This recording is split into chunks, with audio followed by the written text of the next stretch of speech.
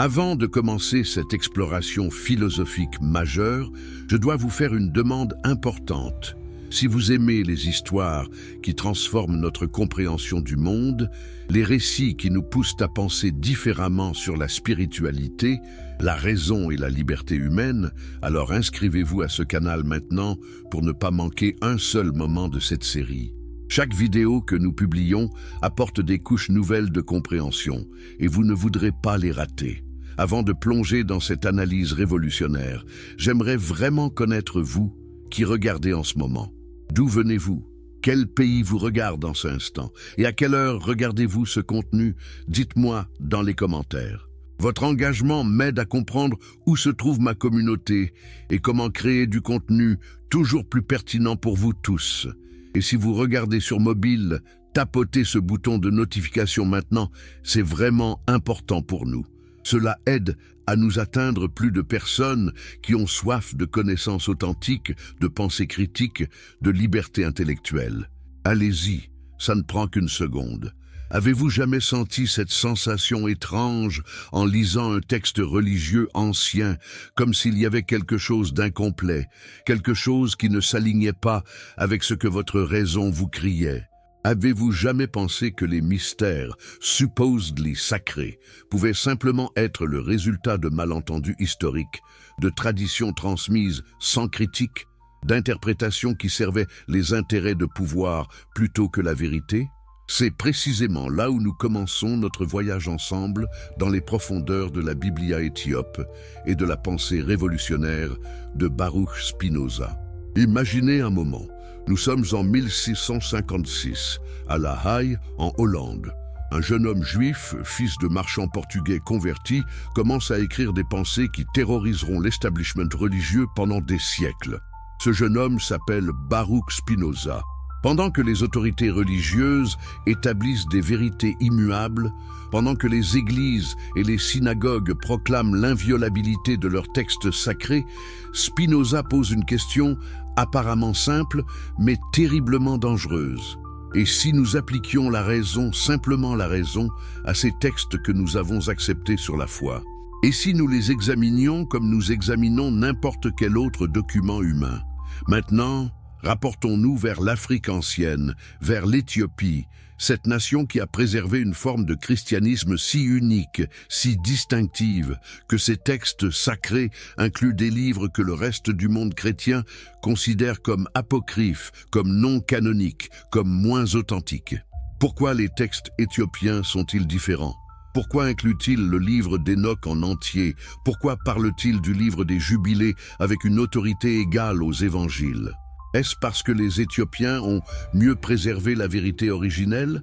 Ou est-ce simplement parce qu'ils ont suivi une trajectoire historique différente, loin des conciles œcuméniques qui décidaient à Constantinople et à Rome ce qui était vrai et ce qui ne l'était pas?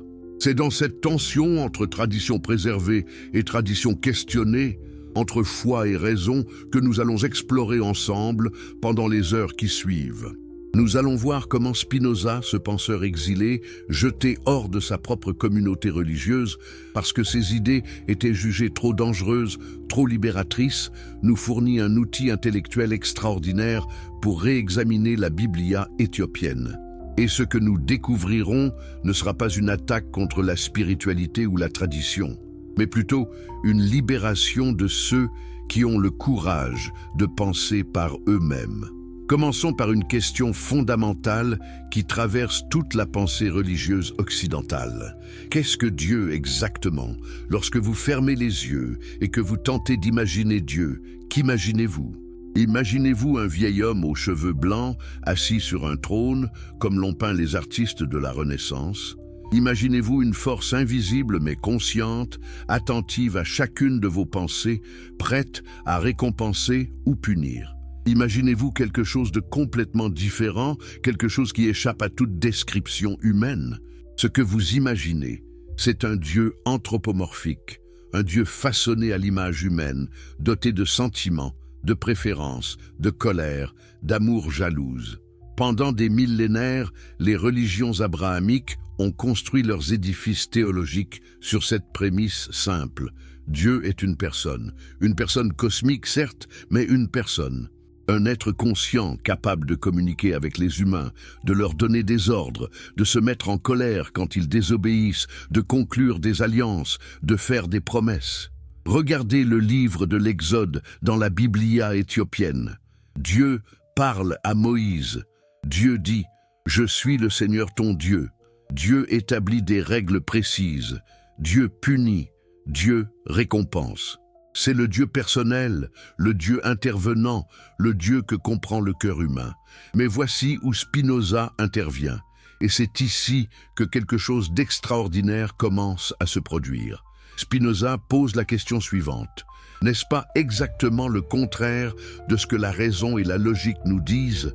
Si Dieu est vraiment infini, véritablement infini, comment pourrait-il avoir des préférences? Les préférences n'impliquent-elles pas une certaine limitation? Si je préfère telle chose plutôt que telle autre, n'est-ce pas parce que je suis partial, limité, incapable de voir la beauté complète de toutes les possibilités? Comment un être véritablement infini, doté de compréhension infinie, pourrait-il détester certains actes et en aimer d'autres? La haine et l'amour sont des passions, et les passions sont les états des êtres limités. Continuons plus loin. Si Dieu est véritablement omnipotent et omniprésent, s'il remplit tout ce qui existe, comment pourrait-il être séparé de la création? Comment pourrait-il être transcendant, c'est-à-dire situé en dehors du monde, observant de loin? N'est-ce pas une contradiction logique?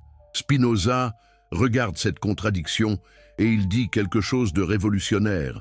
Vous vous trompez dans votre compréhension de Dieu.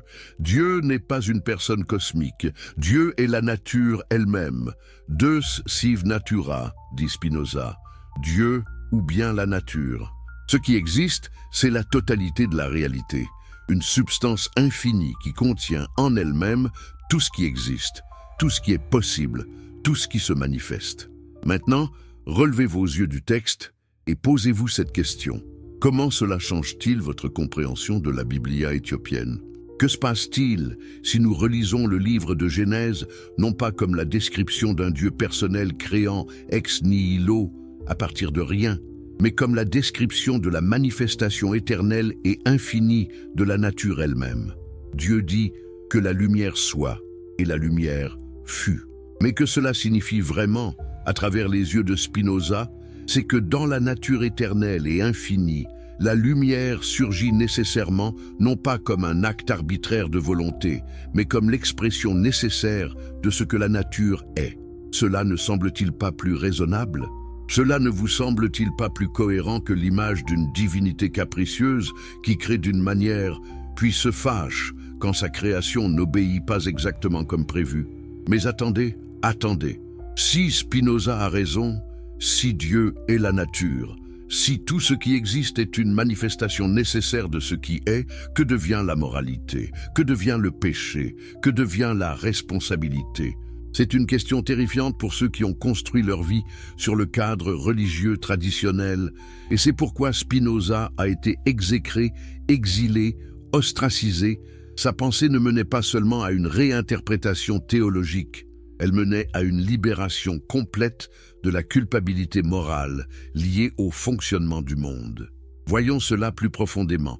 Dans la Biblia éthiopienne, le livre des Jubilés raconte comment l'histoire de l'humanité s'écoule sous le contrôle strict d'un Dieu qui prédétermine tout. Dieu savait avant la création du monde que l'humanité pécherait. Dieu savait que Noé serait juste, que Moïse recevrait la loi, que le peuple rebelle échouerait encore et encore. Si Dieu savait tout cela d'avance, si Dieu avait le pouvoir d'empêcher ces choses, comment pouvons-nous dire que les humains sont responsables de leurs actions? C'est la question du libre arbitre qui a hanté le christianisme et le judaïsme. Mais Spinoza répond avec une élégance remarquable. Il dit « Vous posez mal la question. Ce n'est pas une question de Dieu forçant les gens à agir contre leur volonté. C'est une question de nécessité causale. Tout ce qui existe suit nécessairement de la nature éternelle de Dieu. Votre action, mon ami, suit nécessairement de ce que vous êtes, de vos désirs, de votre compréhension. Vous n'êtes pas moins libre parce que votre action suit nécessairement de ce que vous êtes. Au contraire, Vous êtes plus libre précisément dans la mesure où vos actions suivent de ce que vous êtes. Pensez à cela. Une rivière n'est-elle pas libre en tombant du haut de la montagne? Elle suit-elle une force externe? Ou la courbe de sa chute suit-elle nécessairement de la topographie du terrain? La réponse est simple. Elle suit nécessairement la nature du terrain, et précisément dans cette nécessité réside sa liberté. Une rivière prisonnière dans un tuyau, forcée d'aller où un ingénieur la dirige, n'est pas plus libre. Au contraire, elle est moins libre. La rivière libre est celle qui suit sa propre nature, qui s'écoule là où la gravité et la topographie l'entraînent naturellement. Vous êtes libre, selon Spinoza, dans la mesure où vous agissez selon votre propre nature. Vous êtes esclave quand vous agissez contre votre nature, quand des forces externes vous déforment, quand la peur ou l'ignorance vous dirigent. Et c'est exactement ce que la Biblia éthiopienne décrit, sans réellement l'articuler de cette manière. Elle nous montre des peuples agissant selon leur nature, et la rationalité, la compréhension, la connaissance de soi les libérant. Considérez Enoch. Selon le livre d'Enoch inclus dans le canon éthiopien, Enoch est un homme qui atteint une connaissance si profonde, une compréhension si complète du cosmos, qu'il est transformé. Il devient Métatron, une figure angélique, presque semi-divine. Que signifie cela réellement? Spinoza nous le dit. Enoch atteint ce que Spinoza appelle le troisième genre de connaissance, la connaissance intuitive de toute chose subspéciée a aeternitatis, sous l'espèce de l'éternité. Il comprend comment chaque chose suit nécessairement de la nature de tout ce qui existe. Dans cette compréhension, dans cette connaissance complète, réside une sorte d'immortalité, parce qu'il comprend toute chose éternellement. Sa pensée participe à quelque chose d'éternel. Maintenant, imaginez comment cette réinterprétation transforme votre lecture de la Biblia éthiopienne. Les miracles ne sont plus des violations des lois de la nature, impossibles à concevoir rationnellement. Les miracles sont des événements où la compréhension humaine momentanément se synchronise avec l'ordre causal complet de l'univers. La parting de la mer Rouge n'est pas impossible à concevoir si nous nous rappelons que dans l'univers infini de Spinoza, toutes les combinaisons d'événements possibles surviennent. Il est extraordinaire, certainement. C'est un moment où l'ordre causal naturel se manifeste de manière à sembler transcendant par rapport à notre compréhension limitée. Mais il n'y a rien dans ce moment qui viole les lois de la nature. Il n'y a rien qui demande à la raison de se soumettre à l'absurde. Et les commandements? Ah, ici c'est fascinant.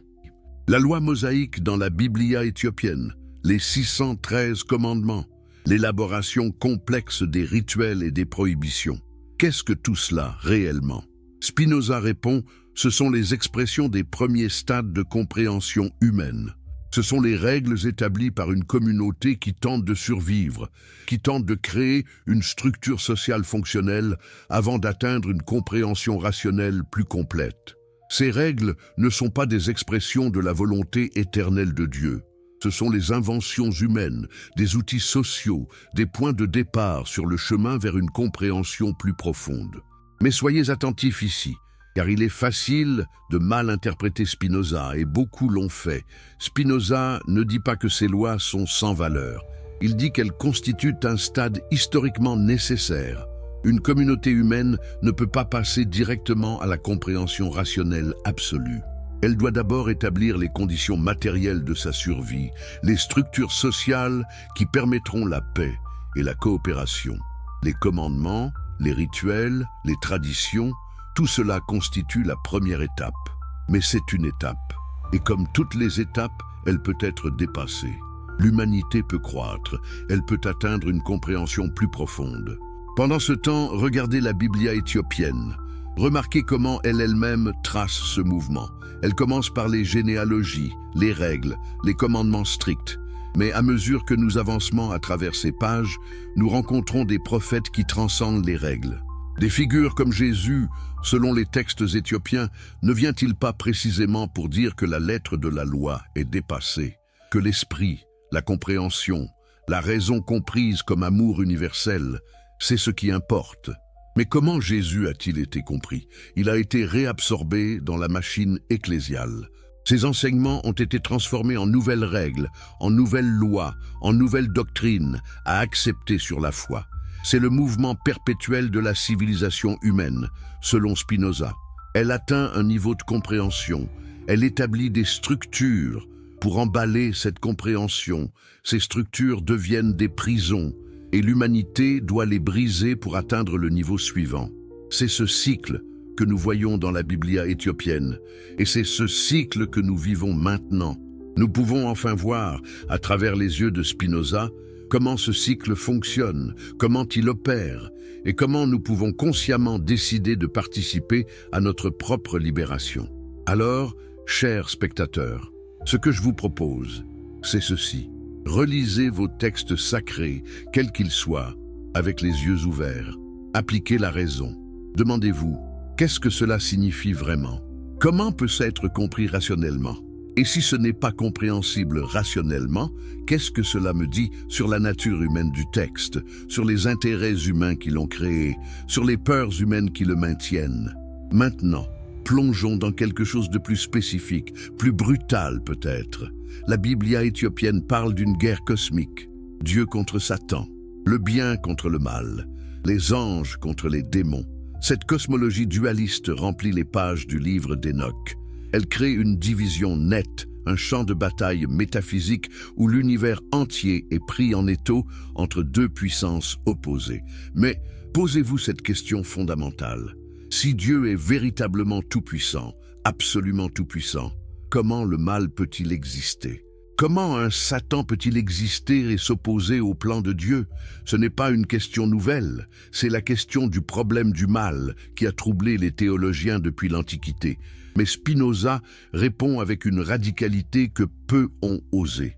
Selon Spinoza, cette guerre cosmique n'existe que dans l'imagination. Elle est le produit de notre compréhension limitée. Lorsque nous regardons l'univers et que nous voyons un conflit entre le bien et le mal, nous voyons cela parce que nous sommes des êtres finis, limités dans notre perspective. Nous voyons une partie de l'univers, et cette partie nous semble menacée par une autre partie. Nous appelons ce qui nous profite bien et ce qui nous menace mal. Mais de la perspective de l'univers entier, de la totalité de la nature, il n'y a ni bien ni mal. Il y a simplement la manifestation nécessaire de la nature selon ses lois. Pensez à cela philosophiquement. Qu'est-ce que le mal? Une bactérie qui cause une infection est-elle mauvaise? Du point de vue de la bactérie, elle se nourrit, elle survit, elle obéit à sa nature. Du point de vue de l'humain, c'est une menace. Mais le mal existe-t-il réellement? Ou existe-t-il seulement dans la relation entre la bactérie et l'humain?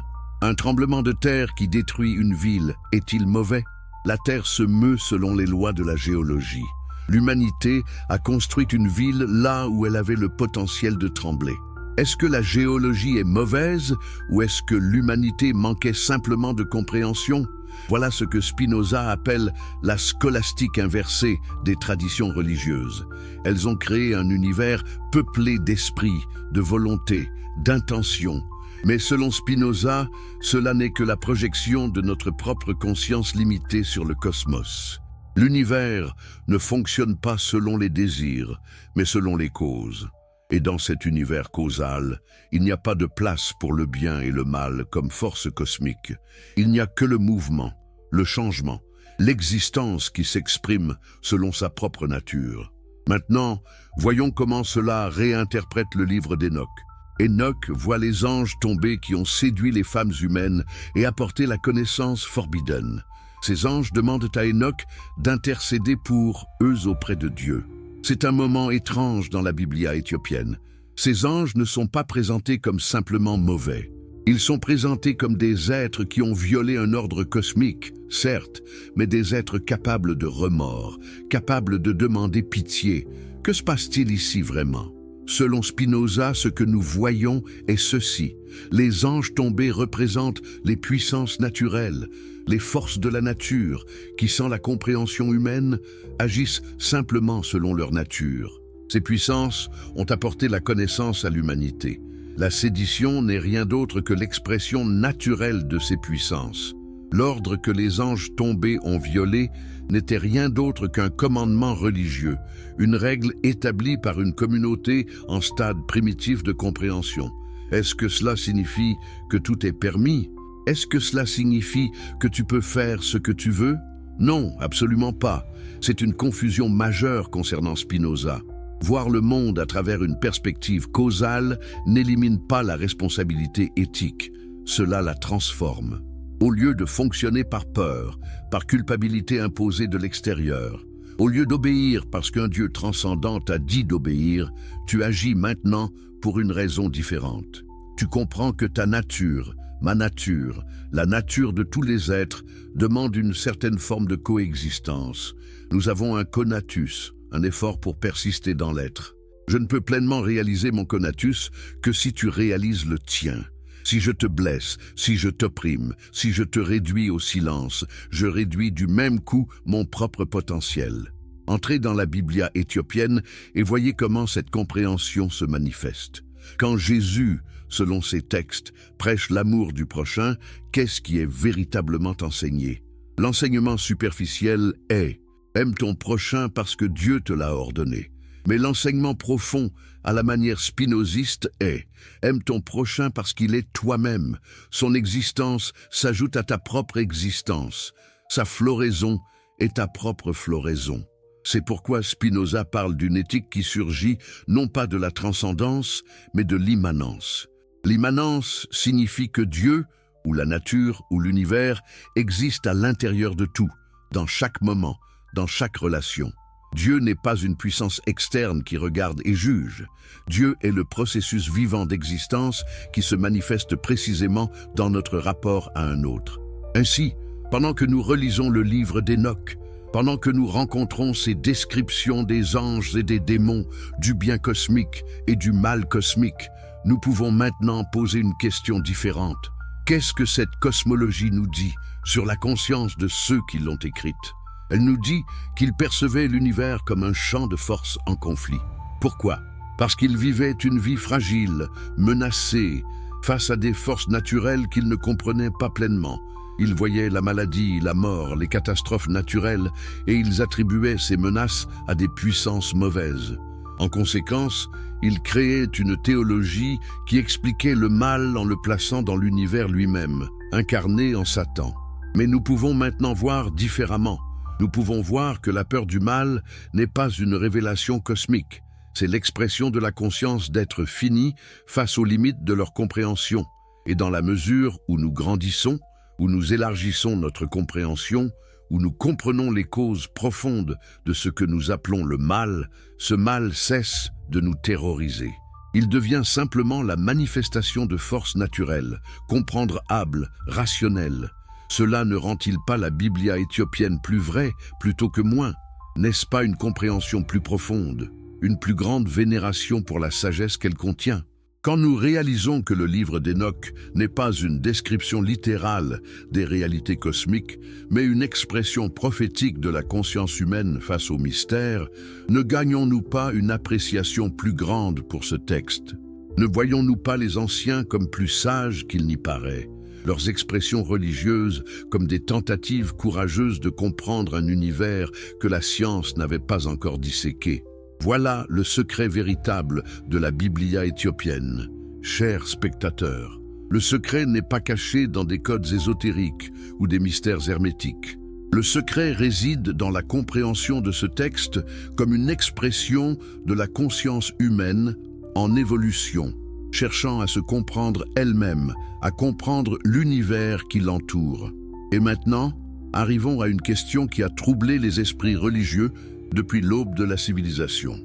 La question de la prédestination. Dieu sait-il le futur? Oui, presque toutes les religions abrahamiques répondent. Dieu est éternel. Dieu existe en dehors du temps. Donc Dieu voit tous les moments du passé, du présent et du futur simultanément. Mais si Dieu sait que tu vas commettre un péché demain, et si Dieu a le pouvoir d'empêcher ce péché, comment peux-tu être responsable? Comment ton action peut-elle être véritablement libre? C'est la contradiction qui en a mené plus d'une à la folie. Les théologiens médiévaux s'arrachaient les cheveux en tentant de résoudre ce paradoxe. Ils créaient des distinctions subtiles entre la prescience de Dieu et la causalité, entre la connaissance de Dieu et la déterminisme, entre le libre arbitre et la prédestination. Mais toutes ces distinctions étaient des tentatives de concilier ce qui semblait à jamais inconciliable. Spinoza regarde ce débat entier et il réalise que le problème réside dans les prémices. Le problème n'existe que parce que nous pensons à Dieu comme une entité consciente, qui existe en dehors du temps, qui regarde de loin, qui sait et voit comme une personne sait et voit. Mais si nous abandonnons cette prémisse, si nous comprenons Dieu ou la nature comme Spinoza les comprend, le problème s'évapore. Selon Spinoza, Dieu ne sait pas le futur parce que Dieu n'existe pas en dehors du temps de cette manière. Dieu est la totalité de ce qui existe, le système complet des causes et des effets. Le futur n'existe pas de la manière que nous l'imaginons. Ce qui existe, c'est la nécessité causale. À chaque moment, il y a une constellation de causes qui produit certains effets. Ces effets produisent à leur tour de nouvelles causes, qui produisent de nouveaux effets. C'est un enchaînement perpétuel de causalité. Maintenant, ici est le point crucial. Cet enchaînement est complètement déterminé. Une fois que vous connaissez toutes les conditions initiales, une fois que vous comprenez complètement le système causal, vous pouvez en principe prédire ce qui va arriver. Cela ressemble à la prédestination, n'est-ce pas? Mais ce n'est pas du tout la même chose. La prédestination implique une volonté externe qui a déterminé les choses. Le déterminisme causal de Spinoza n'implique rien de tel. Cela implique simplement que chaque chose suit de sa propre nature. Lorsque tu prends une décision demain, ta décision suivra de ce que tu es. Elle suivra de tes désirs, de tes connaissances, de ton tempérament, de ton histoire personnelle. Tu es véritablement libre dans cette décision parce qu'elle suit de ton propre être. Mais en même temps, cette décision est entièrement prévisible en principe. Si quelqu'un te connaît complètement, il sait ce que tu feras.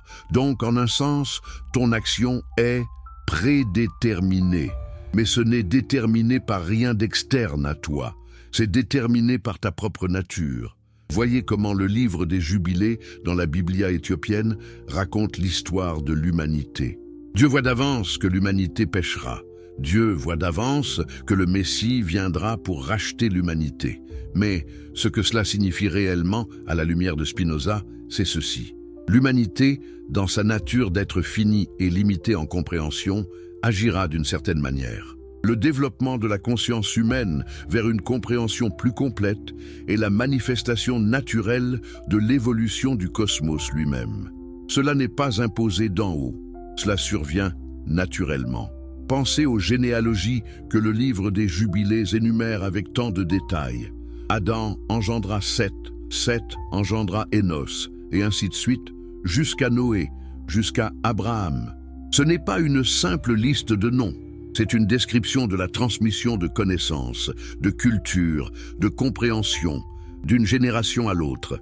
C'est l'histoire de comment la conscience humaine s'est développée, comment la compréhension humaine du cosmos s'est progressivement élaborée. Et remarquez ceci, le livre des Jubilés divise le temps en jubilés, période de 49 ans. Pourquoi 49 ans? C'est un nombre qui combine d'autres nombres significatifs, le 7 multiplié par 7. Le nombre 49 devient symbolique d'une sorte de complétude, d'une période dans laquelle un cycle se ferme et un nouveau commence. Ce qui est fascinant est que cette structure du temps elle-même n'est pas arbitraire. C'est une réflexion de comment la conscience humaine elle-même opère cycliquement. Nous avons des périodes d'accumulation, puis des périodes de rupture, des périodes d'établissement, puis des périodes de renouvellement. Selon Spinoza, cette même structure cyclique existe dans tout. L'univers lui-même opère selon des rythmes, des cycles, des périodes. Et la conscience humaine, qui est une microcosme de l'univers entier, participe à ces mêmes rythmes. Ce que le livre des Jubilés décrit symboliquement, Spinoza le décrit rationnellement. L'histoire n'est pas une succession chaotique d'événements, c'est un déroulement organisé, un approfondissement progressif de la compréhension, une montée graduelle de la conscience. Mais il y a un revers à cette médaille, et c'est quelque chose que la Biblia éthiopienne ne dit pas explicitement, mais qui plane sous sa surface. Si la conscience humaine s'approfondit naturellement, progressivement, alors qu'en est-il des obstacles à cette progression? Qu'en est-il de ceux qui s'opposent à ce développement?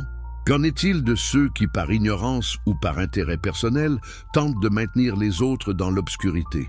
C'est ici que l'analyse spinoziste devient véritablement révolutionnaire, parce que Spinoza reconnaît que l'humanité ne progresse pas automatiquement vers la lumière.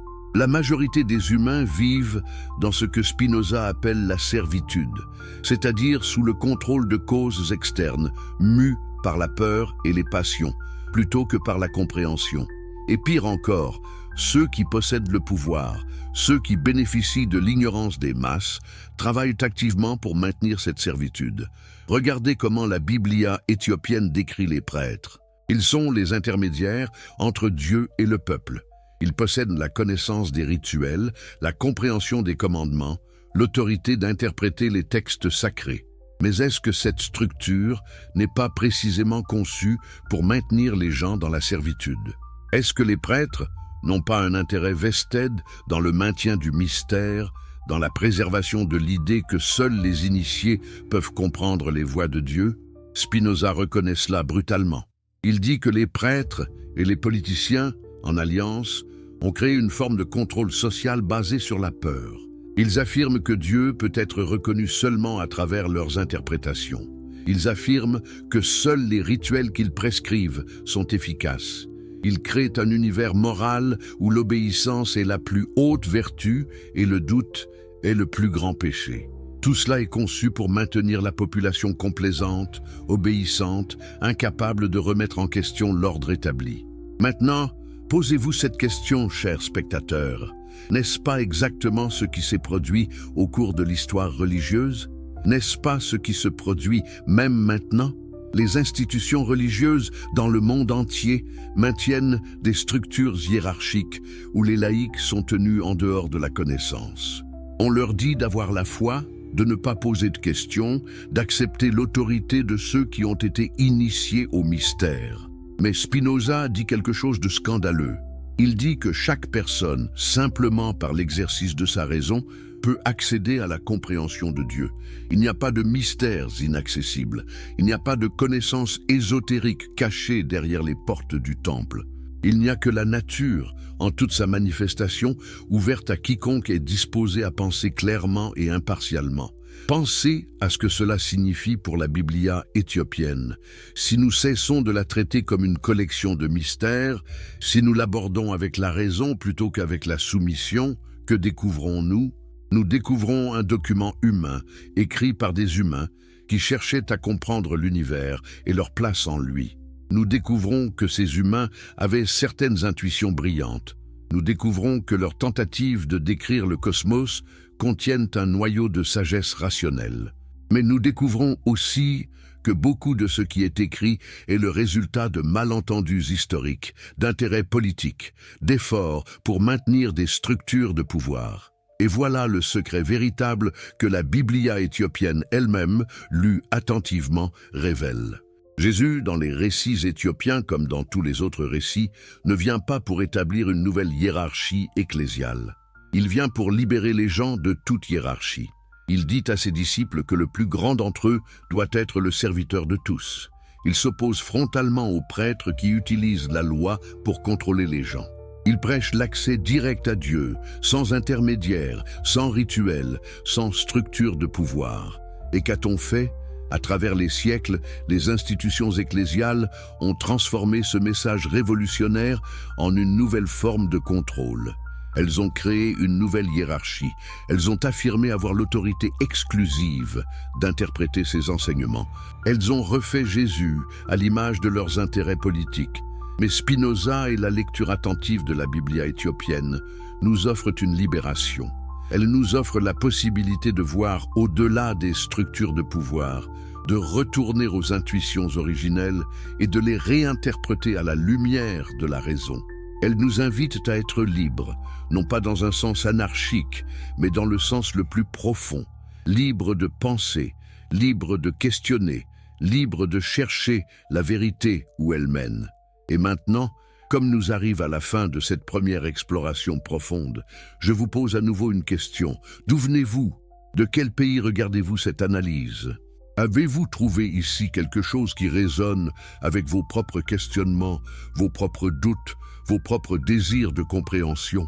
Partagez avec moi dans les commentaires. Dites-moi non seulement d'où vous venez, mais aussi ce que vous ressentez face à ces idées. Êtes-vous d'accord? Êtes-vous en désaccord? Y a-t-il des points sur lesquels vous aimeriez que j'approfondisse davantage? Et s'il vous plaît, n'oubliez pas d'activer les notifications. Nous continuerons cette exploration dans les vidéos à venir, en plongeant encore plus profondément dans les textes éthiopiens, en questionnant chaque affirmation, en libérant la sagesse qui y est cachée sous les couches de dogmatisme. La prochaine fois, nous nous attaquerons aux questions encore plus troublantes. Nous explorerons ce que la Biblia éthiopienne révèle réellement sur la nature de l'âme, sur l'éternité, sur la possibilité d'une immortalité qui transcende les promesses religieuses conventionnelles. Vous ne voudrez pas manquer cela. Inscrivez-vous maintenant. À bientôt. Avant toute chose, je dois vous parler directement. Si vous êtes ici en ce moment, c'est que quelque chose dans votre âme cherche plus. Vous cherchez des réponses qui vont au-delà des platitudes, des explications qui ne vous satisfont plus. Si vous aimez les récits qui transforment votre compréhension du monde, qui vous poussent à penser différemment, qui vous libèrent, alors ne quittez pas cette chaîne. Inscrivez-vous maintenant pour ne rien manquer. Chaque vidéo que nous créons apporte une couche nouvelle de compréhension, une ouverture nouvelle vers la liberté intellectuelle. Maintenant, avant que nous nous plongions dans cette exploration extraordinaire, dites-moi, d'où regardez-vous en ce moment? Quel est votre pays? À quelle heure du jour ou de la nuit consultez-vous ce contenu? Écrivez-le dans les commentaires. Cela m'aide à comprendre où se trouve ma communauté, à quel moment du jour vous cherchez cette connaissance. Et si vous êtes sur mobile, tapotez ce bouton de notification maintenant. Vraiment, c'est important. Cela nous aide à atteindre davantage de personnes qui ont soif de vérité, qui sont prêtes à penser autrement. Allez-y, ça ne prend qu'une seconde. Parlons maintenant de quelque chose qui touche le cœur même de notre existence. Qu'est-ce que nous ressentons? Qu'est-ce que l'amour, la peur, la joie, la colère? Ces états affectifs qui nous traversent chaque jour, qui nous définissent, qui nous font agir, qui nous paralysent parfois, d'où viennent-ils véritablement? Pendant des millénaires, les traditions religieuses ont répondu à cette question d'une manière particulière. Elles ont affirmé que nos émotions sont soit des reflets de l'amour divin, soit des manifestations de notre nature pécheresse. Si vous ressentez de la compassion, c'est parce que Dieu vous a donné un cœur doux. Si vous ressentez de la colère, c'est parce que le péché vous corrompt de l'intérieur. Dieu, selon cette compréhension, est lui-même rempli d'affection. Dieu aime le juste et hait le pécheur. Dieu se réjouit de la bonne action et se met en colère face à la transgression. Lisez le livre des Jubilés dans la Biblia éthiopienne et vous verrez cette vision de Dieu en action. Dieu surveille l'humanité avec attention. Dieu se fâche quand les gens transgressent. Dieu envoie des punitions. Dieu récompense la fidélité. C'est un Dieu passionné, un Dieu qui sent, qui évalue, qui répond émotionnellement aux actions des humains. Mais encore une fois, Spinoza vient avec sa perturbation rationnelle. Il pose une question simple. Si Dieu est vraiment ce que nous avons défini dans nos sections précédentes, c'est-à-dire une substance infinie, éternelle, la nature elle-même dans sa totalité, comment pourrait-il avoir des émotions? Les émotions ne sont-elles pas les états des êtres finis, limités, qui réagissent au changement de leur environnement? Un être infini pourrait-il se mettre en colère? Pour se mettre en colère, il faut d'abord subir quelque chose que tu considères comme une menace. Pour se réjouir, il faut d'abord manquer de quelque chose, puis l'obtenir. Mais un être infiniment complet ne manque de rien. Comment pourrait-il être affecté émotionnellement? Pensez à cela logiquement. Vous vous mettez en colère quand quelque chose menace ce qui vous importe. Vous vous réjouissez quand vous gagnez quelque chose que vous désiriez. Mais ces réactions présupposent votre finitude, votre limitation. Un Dieu infiniment complet, infiniment conscient, infiniment capable, ne pourrait pas avoir ces réactions.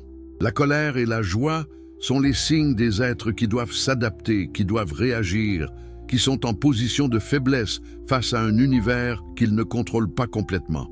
Alors, que se passe-t-il? Spinoza répond avec une radicalité qui renverse complètement notre compréhension de la moralité religieuse.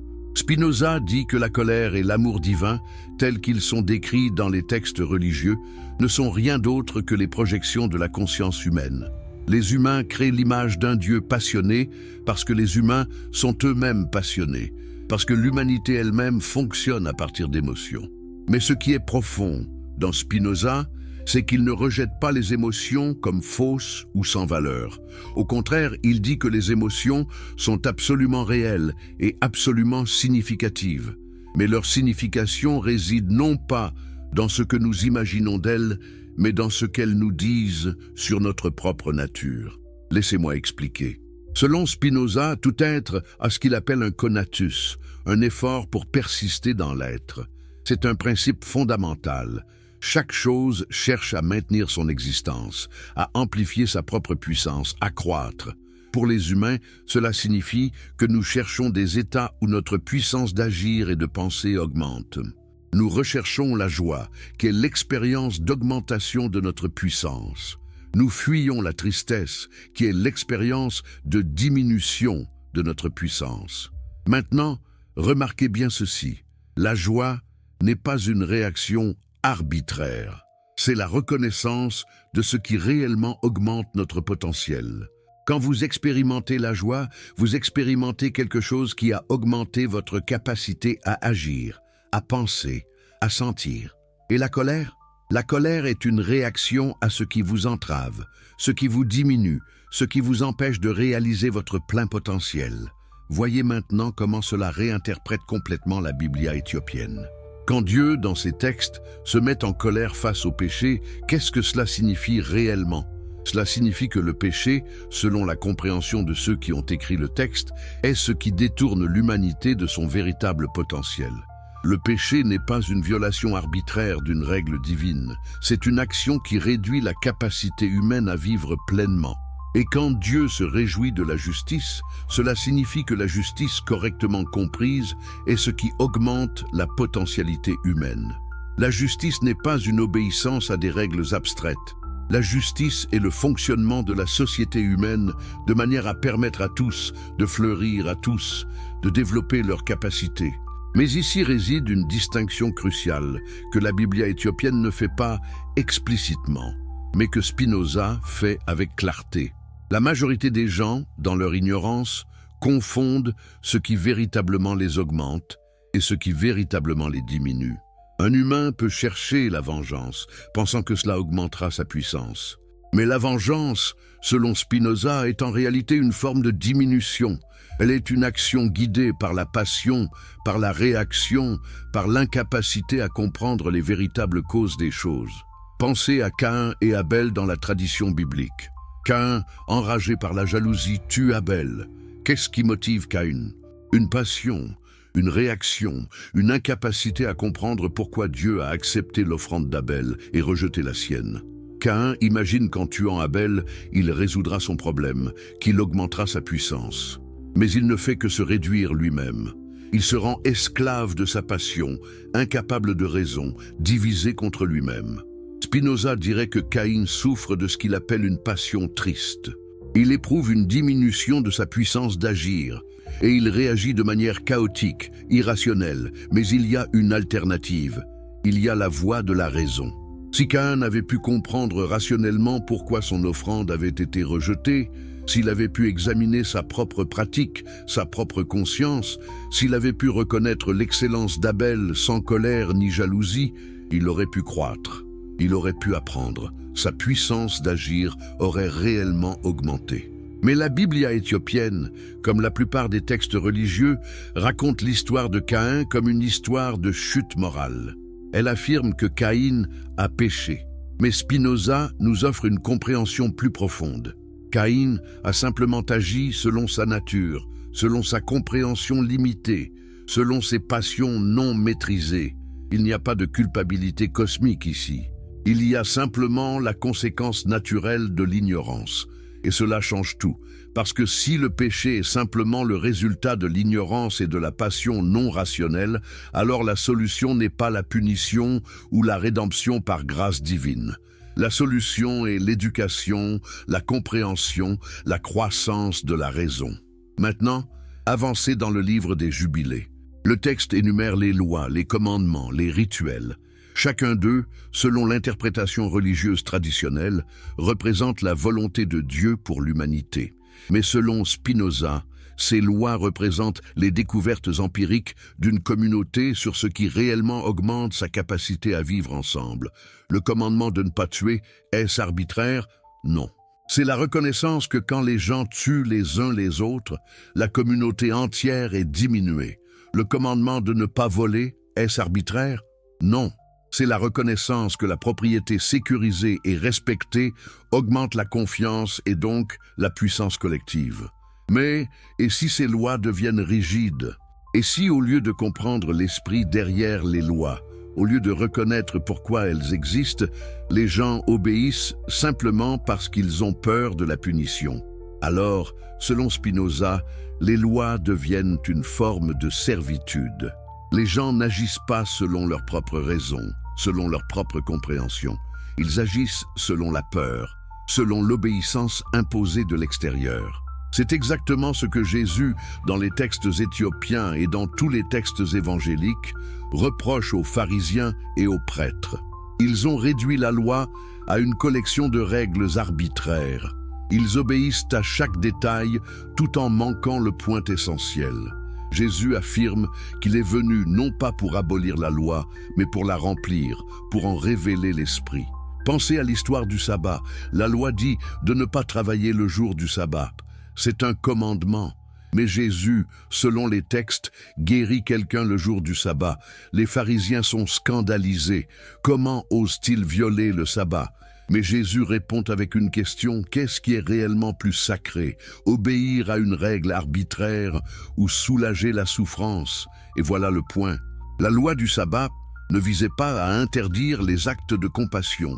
Elle visait à créer un rythme où les humains pourraient se reposer, se régénérer, se reconnecter à ce qui importe. Quand la loi est utilisée pour empêcher la compassion, elle a perdu son sens. Et cela nous amène à une question profonde.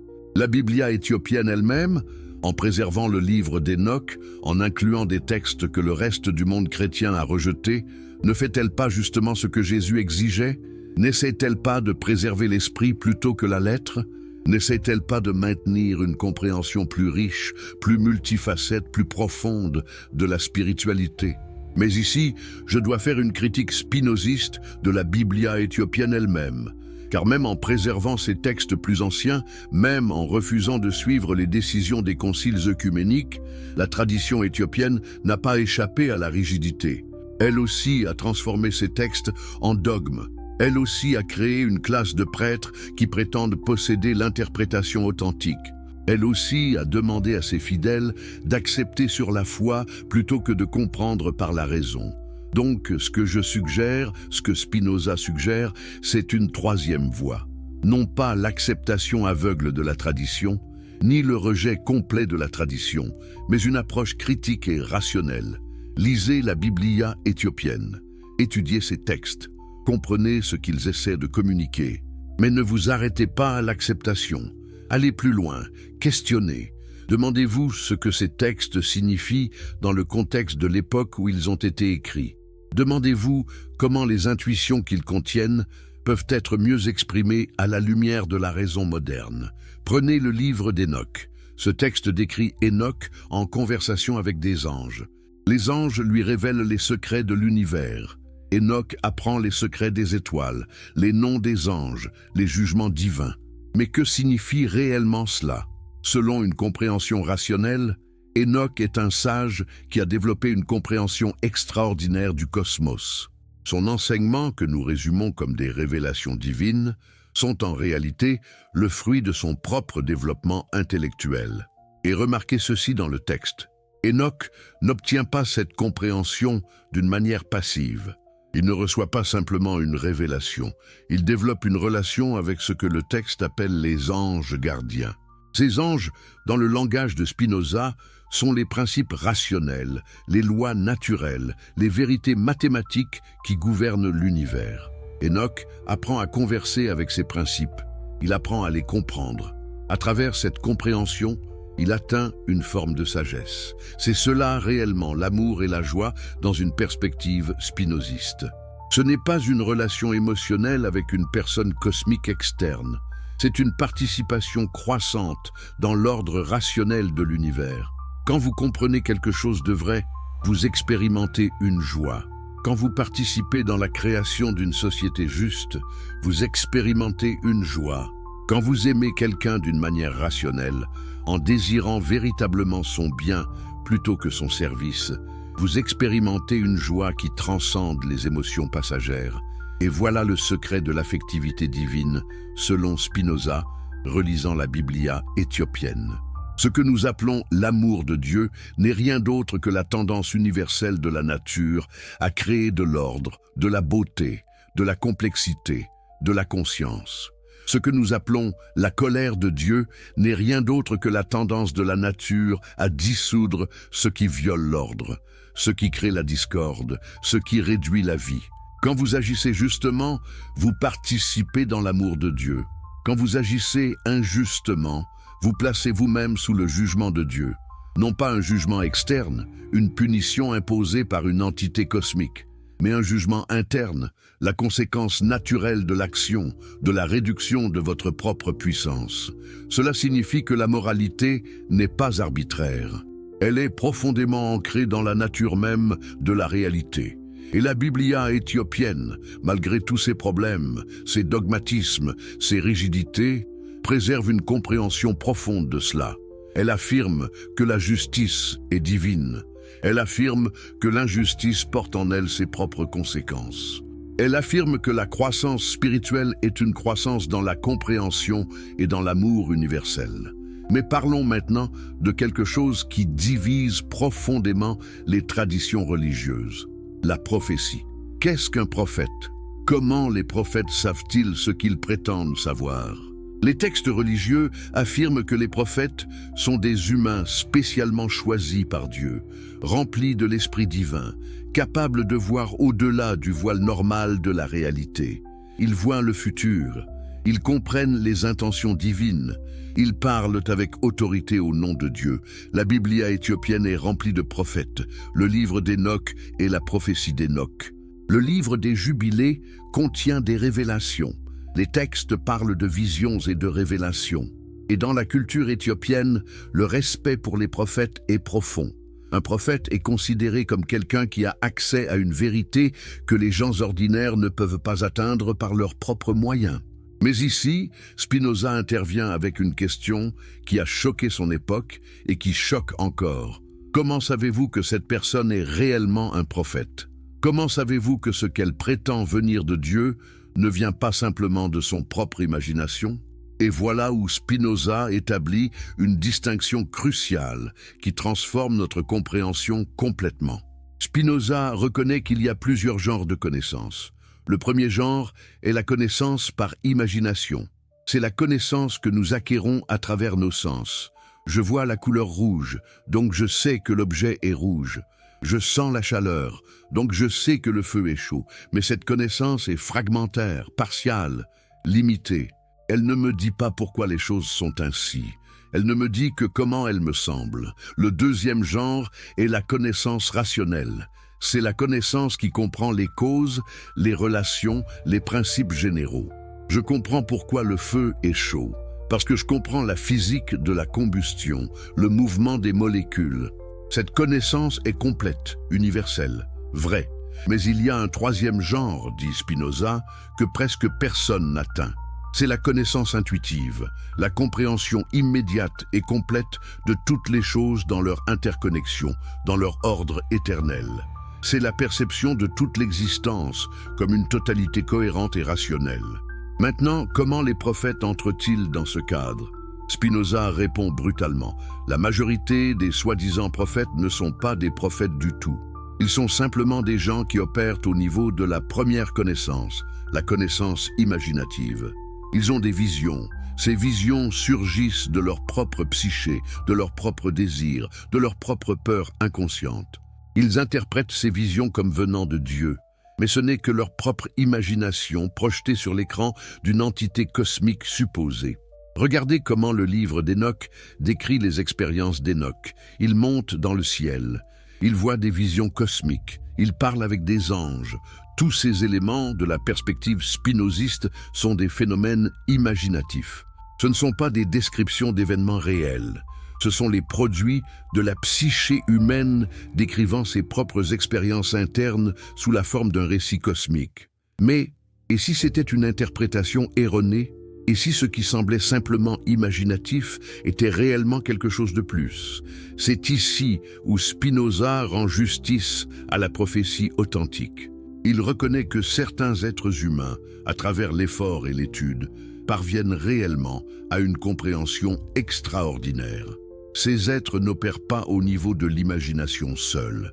Ils sont capables de percevoir les vérités universelles, de comprendre comment tout se connecte, comment l'ordre rationnel traverse toute l'existence.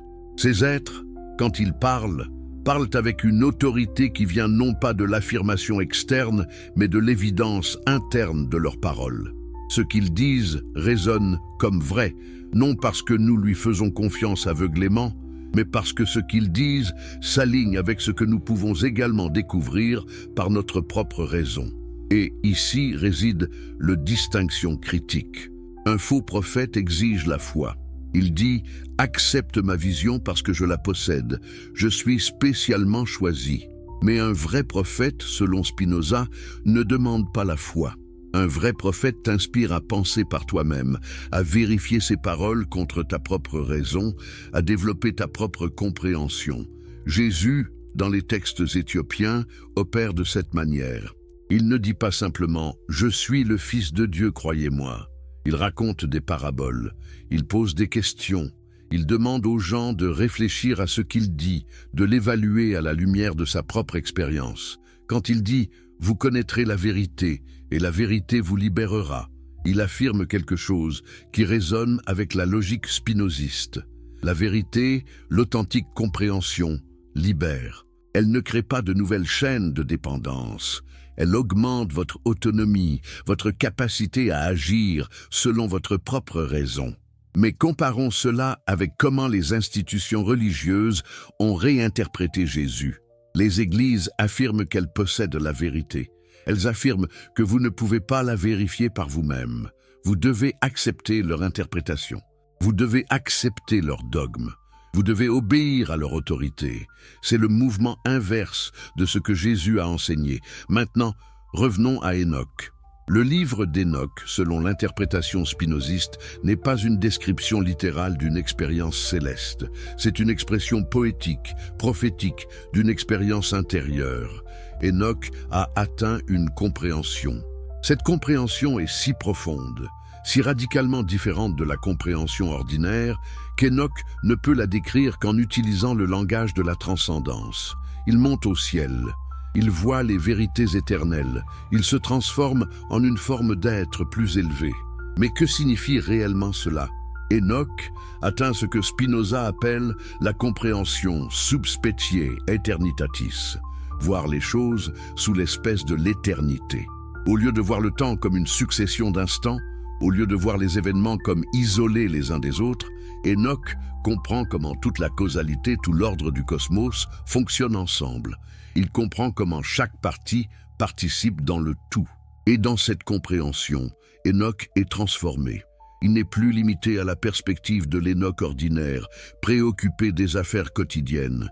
Il participe dans quelque chose d'éternel, d'universel, de divin.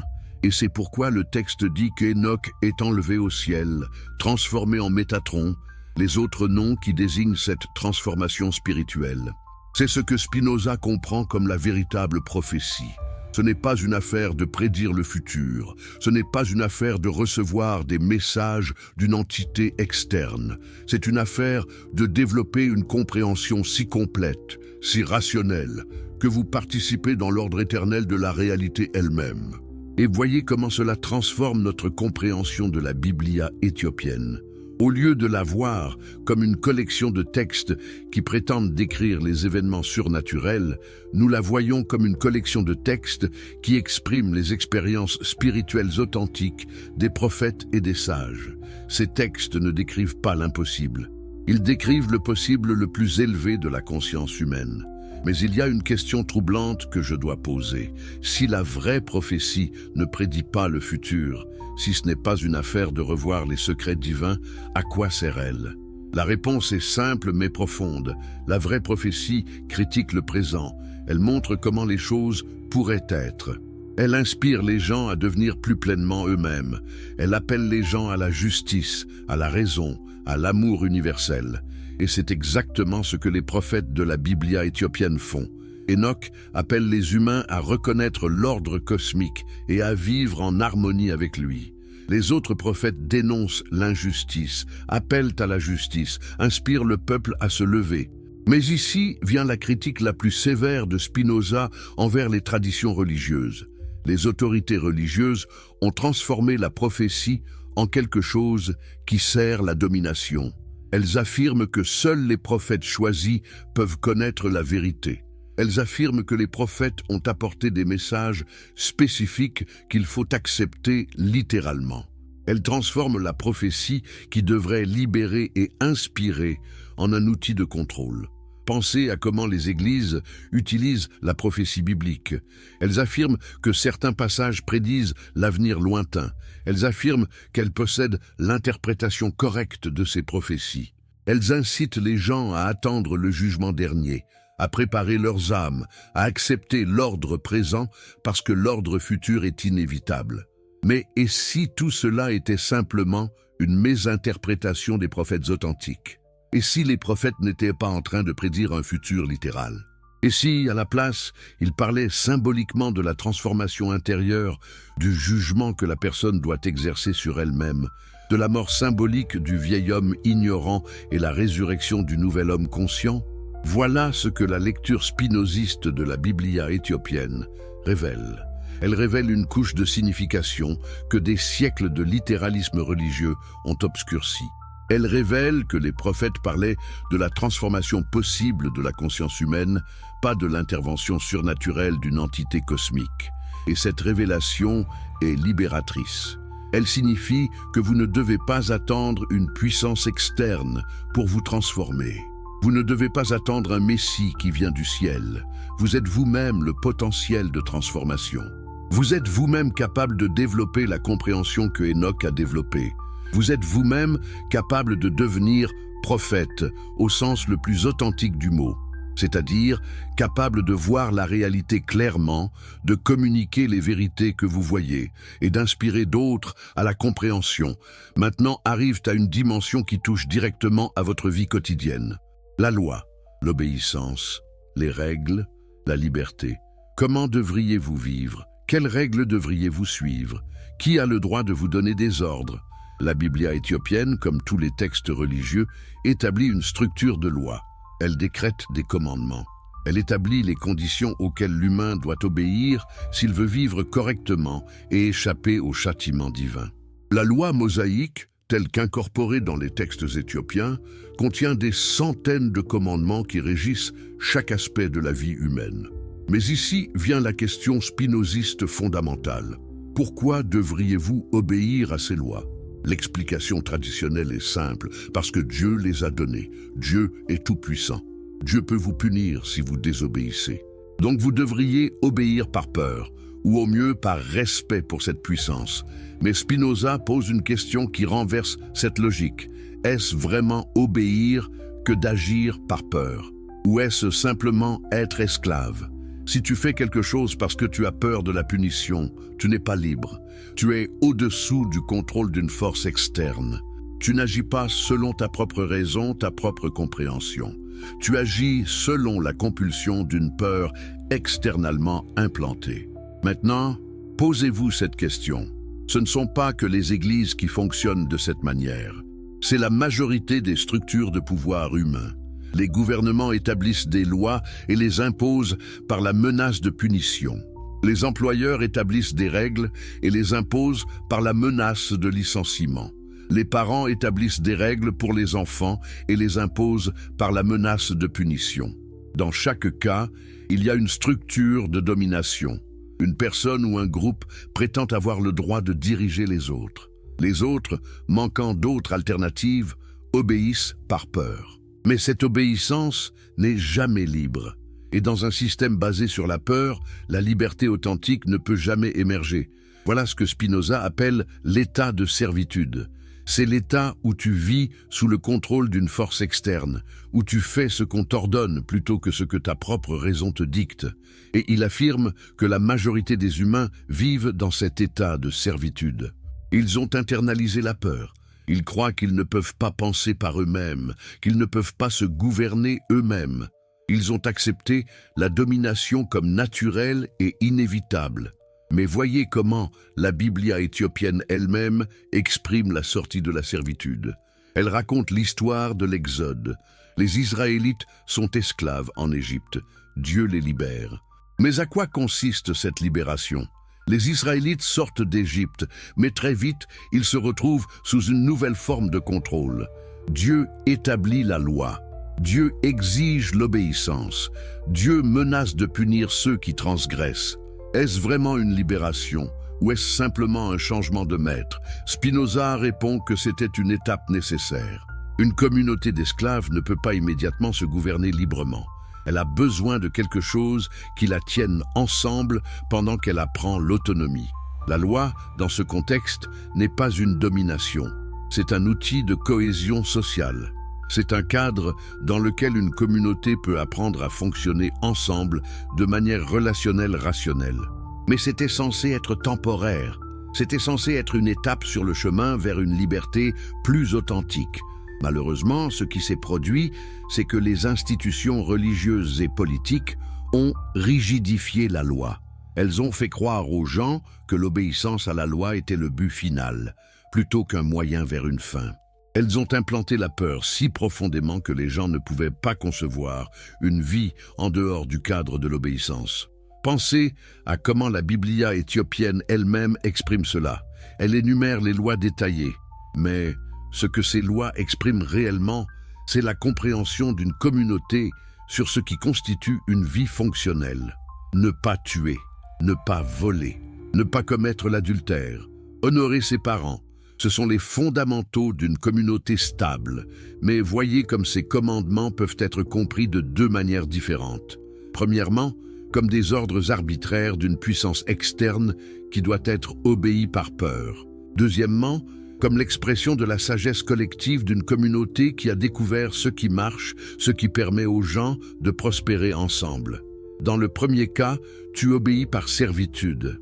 Dans le deuxième cas, tu obéis par raison. Tu comprends pourquoi ne pas tuer les autres augmente ta propre liberté et leur liberté. Tu comprends pourquoi le vol détruit la confiance et donc détruit le tissu social. Tu comprends pourquoi respecter tes parents crée la stabilité intergénérationnelle. Spinoza dit que le mouvement de la servitude à la liberté consiste précisément en cela. C'est le mouvement de passer d'une obéissance basée sur la peur à une obéissance basée sur la compréhension. C'est continuer à agir justement, non parce que tu as peur d'être puni, mais parce que tu comprends que l'action juste augmente réellement ta puissance d'agir. Mais cela présuppose un changement radical dans la structure du pouvoir. Tant qu'une personne ou un groupe détient un pouvoir absolu sur les autres, tant que la peur reste l'outil principal du contrôle social, cette transformation ne peut pas se produire. Les gens continueront à obéir par peur. La liberté authentique reste un rêve lointain. C'est pourquoi Spinoza, plus tard dans sa vie, deviendra de plus en plus impliqué dans les questions politiques. Il reconnaît qu'une transformation spirituelle individuelle est insuffisante. Il y a besoin d'une transformation politique, une transformation des structures de pouvoir elles-mêmes. Et voilà où la critique spinoziste de la Biblia éthiopienne devient véritablement radicale. Parce que tout en préservant des textes anciens, tout en affirmant une forme plus riche de spiritualité, la tradition éthiopienne n'a pas échappé aux structures oppressives de pouvoir. Les prêtres éthiopiens maintiennent une hiérarchie stricte. Ils affirment que seuls les initiés peuvent accéder à la compréhension véritable. Ils demandent l'obéissance à l'Église, justement comme l'Église catholique ou protestante. Donc, la question que je pose à vous qui regardez en ce moment, c'est ceci. Avez-vous vraiment exploré la différence entre obéissance et liberté? Avez-vous réellement pensé à toutes les structures dans votre propre vie où vous obéissez par peur plutôt que par compréhension? Avez-vous considéré la possibilité de transformer votre relation à l'autorité, de passer de la servitude à la liberté? Cela ne signifie pas rejeter complètement la structure sociale. Cela ne signifie pas tomber dans l'anarchie. Cela signifie que vous pouvez participer dans la vie commune en tant qu'agent rationnel, en tant qu'individu qui comprend pourquoi la coopération est nécessaire, plutôt qu'en tant qu'esclave qui obéit simplement par peur. Et si je peux me permettre de continuer cette pensée, cela transformerait notre compréhension du messianisme, du jugement dernier, de tous les grands récits eschatologiques de la Biblia éthiopienne. Ces récits ne prédisent pas un événement futur littéral. Ils décrivent symboliquement le processus par lequel l'humanité se libère. Le jugement dernier, c'est le jugement que vous devez poser sur vous-même et sur les structures qui vous avez acceptées. C'est la reconnaissance que vous avez été complice dans votre propre servitude et que vous pouvez chouza autrement. La venue du Messie, c'est l'émergence de la raison dans votre propre conscience, la compréhension qui vous libère du besoin de chercher la libération en dehors de vous-même. La résurrection, c'est le surgissement du vrai vous, libéré des chaînes de la peur et de l'ignorance. Voilà le secret véritable que la Biblia éthiopienne, lue à travers les yeux de Spinoza, révèle. C'est un appel à la libération intérieure qui doit se manifester en transformation extérieure. C'est un appel à dépasser l'obéissance par peur et à découvrir la liberté par la raison. Et avant de nous quitter pour aujourd'hui, je dois revenir à ma demande initiale. Vous qui me regardez, d'où venez-vous? Quel impact ces idées ont-elles sur vous? Êtes-vous d'accord avec cette lecture critique de la Biblia éthiopienne? Ou y a-t-il des points sur lesquels vous ne pouvez pas être d'accord? Partagez avec moi dans les commentaires. Dites-moi votre pays, l'heure à laquelle vous regardez et vos réflexions les plus honnêtes.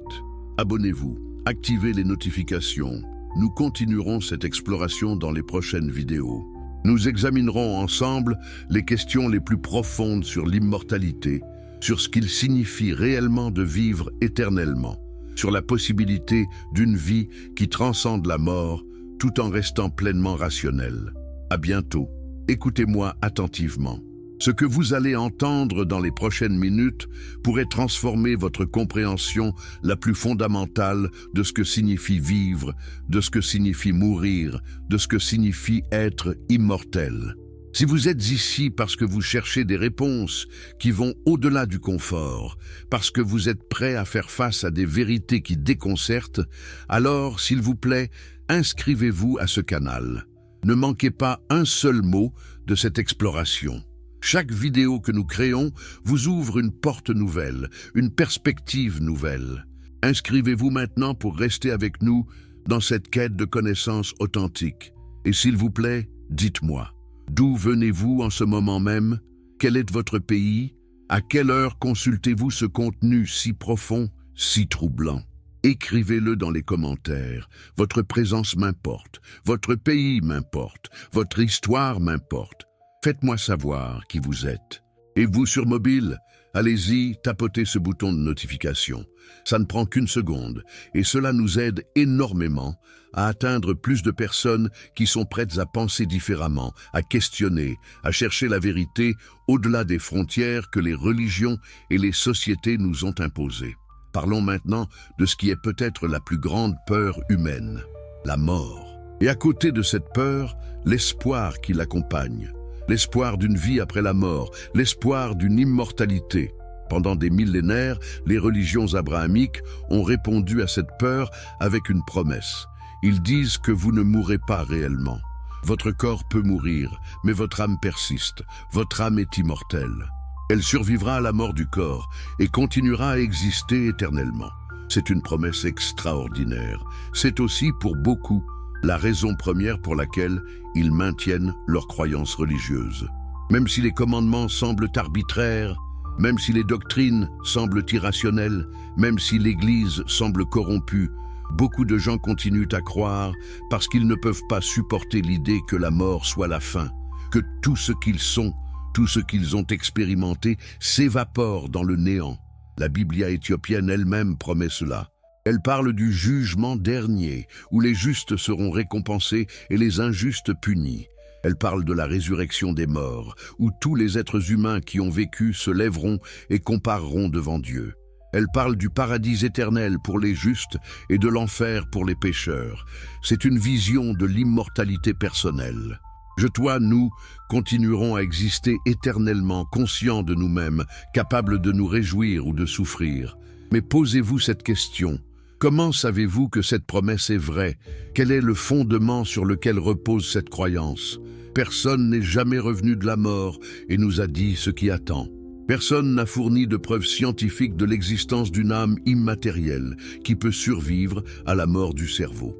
Les religions affirment que c'est une question de foi. Mais Spinoza demande, avec sa pertinence habituelle, pourquoi devrais-je avoir foi en quelque chose qui contredit tout ce que je sais rationnellement? Et voilà où Spinoza propose quelque chose de révolutionnaire et terrifiant. Il affirme que l'idée d'une âme immortelle est une construction imaginaire. C'est une projection de notre peur de la mort. C'est notre tentative de nous convaincre nous-mêmes que nous ne sommes pas vraiment finis, que quelque chose en nous transcende l'impermanence. Mais Spinoza n'est pas un nihiliste qui dit simplement que la mort est la fin, que tout est vide, que rien ne signifie. Au contraire, il offre quelque chose de plus profond. Il dit que l'immortalité est réelle, mais elle n'est pas ce que vous pensez qu'elle est. Écoutez cela attentivement. Selon Spinoza, une partie de l'esprit humain est éternelle. Mais ce n'est pas le moi que vous pensez être, pas votre personnalité, pas votre ego individuel. C'est ce qu'il y a en vous qui participe à l'éternel, ce qu'il y a en vous qui est connecté à la nature infinie de l'univers. Imaginez ceci. Vous apprenez une vérité mathématique, vous comprenez le théorème de Pythagore. Maintenant, cette compréhension que vous avez n'est pas particulière à vous. Elle est universelle. Elle était vraie avant votre naissance. Elle sera vraie après votre mort. Elle est vraie pour tous les esprits qui comprennent. Dans ce moment où vous comprenez cette vérité, une partie de votre esprit participe dans quelque chose d'éternel, d'universel, qui transcende votre existence individuelle. Et voilà le point crucial. Cette participation dans l'éternel n'est pas ce qui s'appelle l'immortalité personnelle. Je ne continuerai pas à exister en tant que moi, individuel après la mort. Mon corps se désintégrera. Mon cerveau se décomposera. Les impulsions électriques qui constituent ma conscience ordinaire cesseront. Mais la partie de moi qui a contribué à la compréhension universelle, qui a participé dans l'ordre rationnel de la nature, cette partie est impérissable. Elle a toujours existé en quelque sorte, et elle continuera toujours à exister, parce que la vérité est éternelle. Maintenant, voyez comment cela transforme notre compréhension du livre d'Enoch. Enoch est transformé en Métatron. Il est élevé au ciel. Il devient quasi divin. Selon une interprétation littérale, cela signifie qu'Enoch, en tant qu'individu, a été enlevé à la mort et élevé dans le ciel. Mais selon l'interprétation spinoziste, ce que le texte décrit symboliquement est ceci. Enoch a atteint une compréhension si profonde qu'il a participé dans l'éternel. Il a compris les lois cosmiques, les principes éternels, les vérités universelles.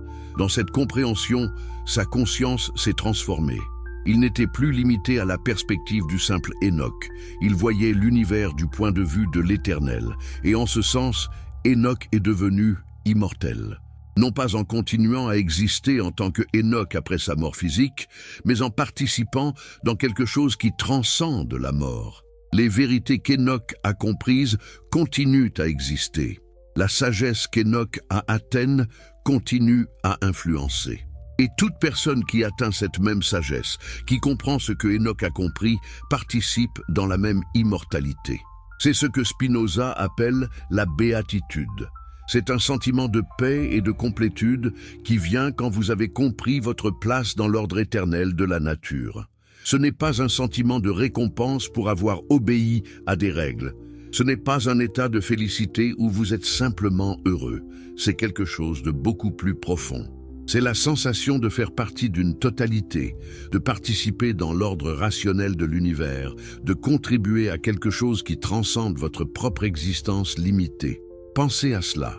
Quand un artiste crée une œuvre d'art qui résonne à travers les générations, quand un scientifique découvre une vérité qui améliore l'humanité, quand un philosophe articule une idée qui libère des esprits des chaînes de l'ignorance, ces personnes deviennent, en quelque sorte, immortelles. Non pas parce que leurs âmes survivent littéralement, mais parce que leur contribution à l'ordre universel continue à exister, continue à avoir un impact. Et c'est précisément ce que la Biblia éthiopienne, sans le dire explicitement, exprime à travers ses histoires. Enoch ne meurt pas vraiment. Il continue à vivre à travers sa sagesse. Moïse ne meurt pas vraiment. Il continue à vivre à travers la loi qu'il a donnée. Jésus ne meurt pas vraiment. Il continue à vivre à travers ses enseignements et à travers l'impact qu'il a sur ceux qui le suivent. Mais ici vient une complication troublante. Si c'est vrai que l'immortalité réside dans la contribution à l'ordre universel, alors qu'en est-il de la plupart des gens? Qu'en est-il de ceux qui vivent et meurent sans laisser de traces remarquables? Sont-ils tout simplement oubliés? Sont-ils simplement disparus? Spinoza répond que chaque personne, simplement en existant, en pensant, en agissant, laisse une marque sur l'univers. Chaque pensée que tu penses change l'ordre des choses. Chaque action que tu poses a des conséquences qui ondulent à travers le tissu social et cosmique. Rien n'est jamais vraiment perdu. Tout participe dans le tout. Mais cela ne rend-il pas la mort plus terrifiante plutôt que moins? Cela ne signifie-t-il pas que vous n'avez pas de continuité personnelle, qu'il n'y a pas de vous qui persiste après la mort? Et si vous acceptez cette idée, ne devenez-vous pas nihiliste? Ne pensez-vous pas que rien n'importe, que vous pourriez aussi bien vivre d'une manière destructrice, puisque de toute façon, vous allez mourir? Voilà la question qui a troublé les esprits depuis que Spinoza a proposé cette vision. Et voilà aussi où sa philosophie devient véritablement libertrice, si vous êtes disposé à l'entendre. Parce que Spinoza affirme que l'idée même que vous avez besoin d'une immortalité personnelle pour que la vie ait du sens est une forme de servitude. C'est une dépendance envers une promesse future, une récompense imaginaire. C'est vivre dans la peur et dans l'espoir, plutôt que dans la présence et dans la joie. Mais considérez ceci. Pourquoi avez-vous besoin que votre vie continue éternellement pour qu'elle ait du sens? Pourquoi n'est-ce pas suffisant que, dans ce moment présent, vous pensez quelque chose de vrai, que vous aimez quelqu'un authentiquement, que vous créez quelque chose de beau? Pourquoi le sens dépend-il d'une continuation infinie? N'est-ce pas que le sens existe précisément dans le présent, dans ce que vous faites, dans ce que vous pensez ici et maintenant? Et regardez comment cette compréhension transforme complètement votre relation à la vie. Si vous savez que vous allez mourir, que votre existence personnelle est finie, cela crée une urgence. Cela crée une nécessité de vivre pleinement, de penser clairement, de donner du sens à chaque jour. Au contraire, l'idée d'une immortalité infinie peut créer une complaisance. Pourquoi faire quelque chose d'important aujourd'hui si vous avez l'éternité devant vous? Pensez aux textes éthiopiens. Ils parlent du jugement dernier. Mais peut-être que cela ne parle pas d'un événement futur littéral. Peut-être que c'est une description du jugement auquel chacun fait face à chaque moment. C'est le jugement que vous posez sur votre propre vie. C'est la reconnaissance que vous êtes responsable de ce que vous faites. C'est la compréhension que chaque action compte, que chaque pensée a des conséquences. Et la résurrection, peut-être que ce n'est pas une description littérale de corps se levant de tombe. Peut-être que c'est une description symbolique du renouvellement de la conscience. C'est le moment où vous vous levez de votre mort spirituelle, de votre ignorance, de votre servitude, et vous vous réincarnez dans une forme d'être plus consciente, plus libre, plus véritable. Et l'enfer? Est-ce que ce n'est pas simplement une description de l'état de ceux qui refusent de se transformer, qui demeurent dans l'ignorance, qui continuent à agir de manière destructrice? L'enfer n'est pas un lieu, c'est un état de conscience. C'est la conscience de celui qui comprend la profondeur de sa propre esclavitude et qui n'a pas la force ou le courage de s'en libérer. Et le paradis? Est-ce que ce n'est pas simplement l'état de celui qui a atteint la compréhension, qui a participé dans l'ordre éternel de la nature, qui a goûté à la béatitude de la connaissance authentique? Voilà ce que la Biblia éthiopienne, relue à travers Spinoza, révèle. Elle ne parle pas d'une fuite vers une autre dimension. Elle parle de transformation ici et maintenant. Elle parle de la mort de votre vieil être et de la résurrection de votre vrai être. Elle parle de l'enfer comme l'état présent de celui qui est enchaîné par l'ignorance et du paradis comme l'état présent de celui qui est libéré par la connaissance. Et cela signifie que votre vie éternelle commence maintenant. Ce n'est pas quelque chose qui commence après la mort. C'est quelque chose qui commence dans ce moment où vous acceptez de penser clairement, d'abandonner vos illusions, de participer consciemment dans l'ordre de l'univers. Mais permettez-moi de poser une question encore plus troublante. Si la mort n'est pas la fin pour celui qui a atteint l'immortalité spirituelle, si quelque chose en moi persiste éternellement à travers ma contribution à l'ordre universel, ne signifie-t-il pas que quelque chose en moi persiste maintenant, avant ma mort physique? Ne signifie-t-il pas que je suis déjà en train de participer dans l'éternel? Oui, c'est exactement ce que cela signifie. Et cela révèle l'absurdité de certaines promesses religieuses. Pourquoi attendre la mort pour être en contact avec l'Éternel? Pourquoi attendre le jugement dernier pour être jugé? Pourquoi attendre la vie après la mort pour participer dans le divin? Tout cela est disponible maintenant. L'éternité n'est pas un futur infini. C'est une dimension de la réalité qui est accessible ici et maintenant à quiconque est disposé à le percevoir. C'est cela que les mystiques parlaient quand ils parlaient d'expérience de l'infini, d'union avec le divin. Ils parlaient de moments où la conscience ordinaire, limitée au temps et à l'espace, s'est effacée et où la conscience cosmique, éternelle, s'est révélée. Ces moments sont réels. Ils sont disponibles. Ils ne demandent pas une grâce divine mystérieuse. Ils demandent simplement une transformation de la conscience, une expansion de la compréhension, une participation croissante dans l'ordre rationnel de l'univers. Et maintenant, pensez à cela. Si c'est vrai, si l'éternité est maintenant, si la divinité est accessible maintenant, si la libération est possible maintenant, alors toute promesse religieuse d'une récompense future devrait être rejetée comme une distraction, une tromperie. Les religions demandent à l'humanité d'attendre, d'endurer, d'obéir maintenant en échange d'une promesse future. Mais si le paradis est maintenant, si la paix est maintenant, si la béatitude est maintenant, alors pourquoi attendre? Pourquoi ne pas refuser de se soumettre à une domination qui prétend sûrement servir une cause spirituelle? Voilà la critique spinoziste la plus profonde de la religion organisée. Ce n'est pas une critique de la spiritualité elle-même, de la recherche du sens, de la participation dans l'ordre universel. C'est une critique de la manière dont les institutions religieuses ont utilisé la promesse d'une immortalité future pour contrôler les gens dans le présent. Et voyez comment cela transforme notre compréhension de figures comme Jésus. Selon les textes éthiopiens et tous les autres textes évangéliques, Jésus offre quelque chose. Il offre le salut. Mais quel est vraiment ce salut? Les interprétations religieuses traditionnelles disent que c'est la promesse d'une immortalité personnelle, d'une vie dans l'au-delà auprès de Dieu. Mais et si Jésus offrait quelque chose de beaucoup plus immédiat? Et si le salut que Jésus offrait était simplement la libération de l'esclavage spirituel? Et si le salut était la connaissance de la vérité qui vous rend libre?